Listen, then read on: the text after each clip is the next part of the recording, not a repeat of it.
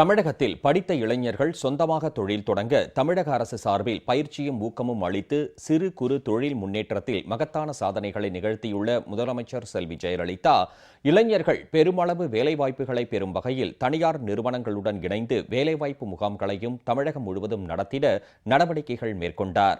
இதன் மூலம் சுமார் 1,30,000 இளைஞர்கள் வேலைவாய்ப்பு பெற்றுள்ளனர். நாட்டின் பொருளாதார வளர்ச்சிக்கு இன்றியமையாததாக விளங்கும் வேளாண் துறைக்கு முதலமைச்சர் செல்வி ஜெயலலிதா மிகுந்த முக்கியத்துவம் அளித்துள்ளதால் தமிழகத்தில் விவசாய உற்பத்தி பன்மடங்கு உயர்ந்து அகில இந்திய அளவில் சாதனைகள் படைக்கப்பட்டுள்ளன. இதுகுறித்து கடந்த ஜனவரி மாதம் 23ஆம் தேதி தமிழக சட்டப்பேரவையில் முதலமைச்சர் செல்வி ஜெயலலிதா ஆற்றிய எழுச்சியுரை.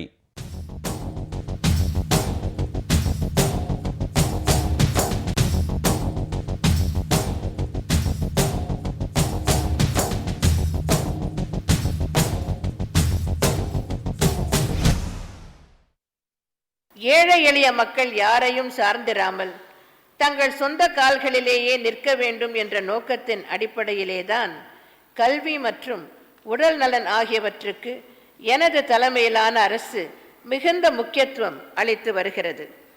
படித்த இளைஞர்களுக்கு தொழில் துவங்குவதற்கான பயிற்சிகளை அளித்து அவர்கள் தொழில் துவங்க ஊக்கமளித்து வருகிறோம். படித்த இளைஞர்கள் வேலை வாய்ப்பினை பெறும் வகையில் தனியார் நிறுவனங்களுடன் இணைந்து வேலை வாய்ப்பு முகாம்கள் நடத்தப்படுகின்றன.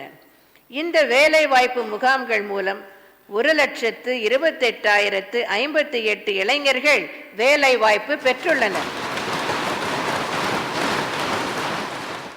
இதுவன்றி வேலை வாய்ப்பு துறை, தமிழ்நாடு அரசு பணியாளர் தேர்வாணையம், ஆசிரியர் பணி தேர்வு வாரியம், சீருடை பணியாளர் தேர்வு வாரியம், மருத்துவ பணியாளர் தேர்வு வாரியம் மற்றும் நேரடி தேர்வு ஆகியவற்றால் 3,03,111 நபர்கள் அரசு மற்றும் அரசு துறைகளில் பணியமர்த்தப்பட்டுள்ளனர்.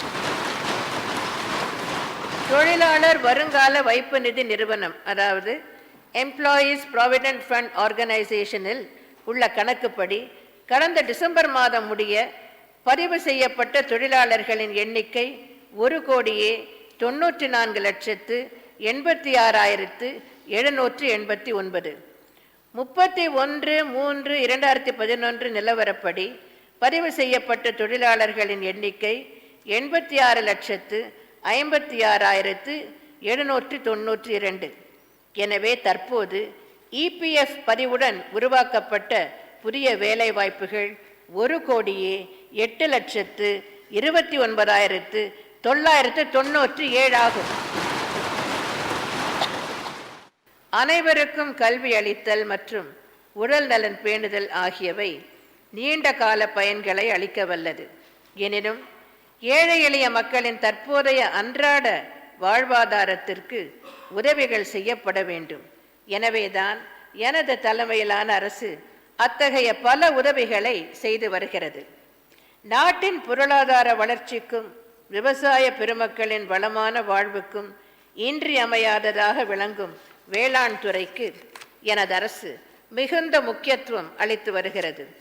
சாகுபடி பரப்பை அதிகரித்தல், விவசாயத்தில் புதிய உத்திகளை கையாளுதல், தரமான இடுபொருட்களை வழங்கல், விளைபொருட்களை சேமித்து வைத்து நியாயமான விலையில் விற்பதற்காக கிடங்குகள் அமைத்தல், மத்திய அரசு நிர்ணயிக்கும் குறைந்தபட்ச ஆதார விலையை விட அதிக விலை வழங்குதல் என பல்வேறு நடவடிக்கைகளை எடுத்து வருவதன் மூலம் உணவு தானிய உற்பத்தியில் புதிய சாதனைகளை ஆண்டுதோறும் படைத்து வருவதோடு விவசாயிகளுக்கு நல்ல வருமானம் கிடைக்கவும் வழிவகை செய்யப்பட்டுள்ளது.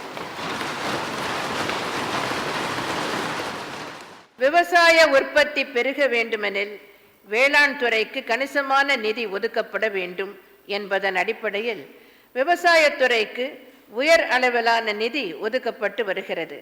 முந்தைய மைனாரிட்டி திமுக ஆட்சியில் விவசாயத்துறைக்கு ஒதுக்கப்பட்ட தொகை 7,655 கோடி ரூபாய் மட்டுமே.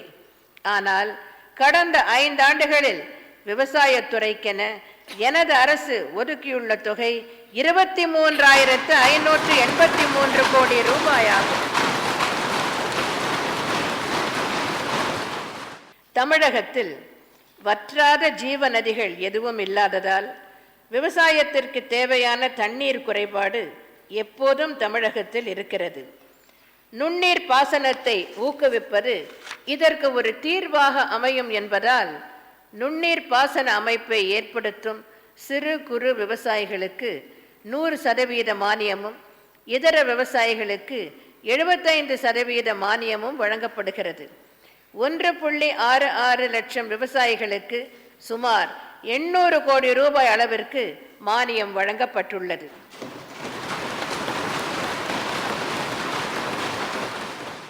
விவசாயிகளுக்கு 22,058 கோடியே 61 லட்சம் ரூபாய் பயிர்க்கடனாக வழங்கப்பட்டுள்ளது. வட்டி மானியமாக 589 கோடியே 58 லட்சம் ரூபாய் வழங்கப்பட்டுள்ளது. வேளாண் தொழிலாளர் பற்றாக்குறையை நீக்கி உரிய நேரத்தில் பயிர் சாகுபடி மேற்கொள்ள வேளாண் எந்திரமயமாக்குதல் திட்டம் செயல்படுத்தப்பட்டு வருகிறது. இத்திட்டத்தின் கீழ் 1.69 லட்சம் வேளாண் எந்திரங்கள் மற்றும் கருவிகள் வாங்க 199 கோடி ரூபாய் மானியம் வழங்கப்பட்டுள்ளது. விவசாயிகள் சாகுபடி பணிகளை எளிதில் மேற்கொள்ளும் வகையில் வேளாண் பொறியியல் துறை மூலம் விவசாய எந்திரங்கள் குறைந்த வாடகையில் வழங்கப்படுகின்றன. நிலத்தடி நீர் மட்டத்தினை உயர்த்திடவும் போதிய நீர் கிடைப்பதை உறுதி செய்யும் வகையிலும் மழை நீர் சேகரிப்பு கட்டுமானங்கள், பண்ணை குட்டைகள் மற்றும் தடுப்பணைகள் ஆகியவை அமைக்கப்பட்டுள்ளன. இவற்றிற்கு 74 கோடி ரூபாய் செலவிடப்பட்டுள்ளது.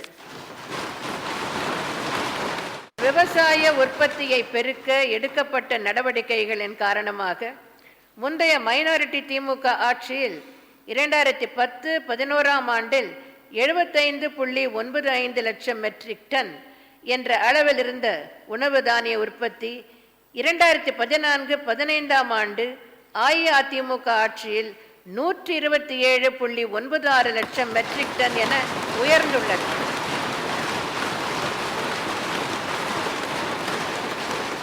அதாவது உணவு தானிய உற்பத்தியில் 68.48% வளர்ச்சியை நாம் அடைந்துள்ளோம்.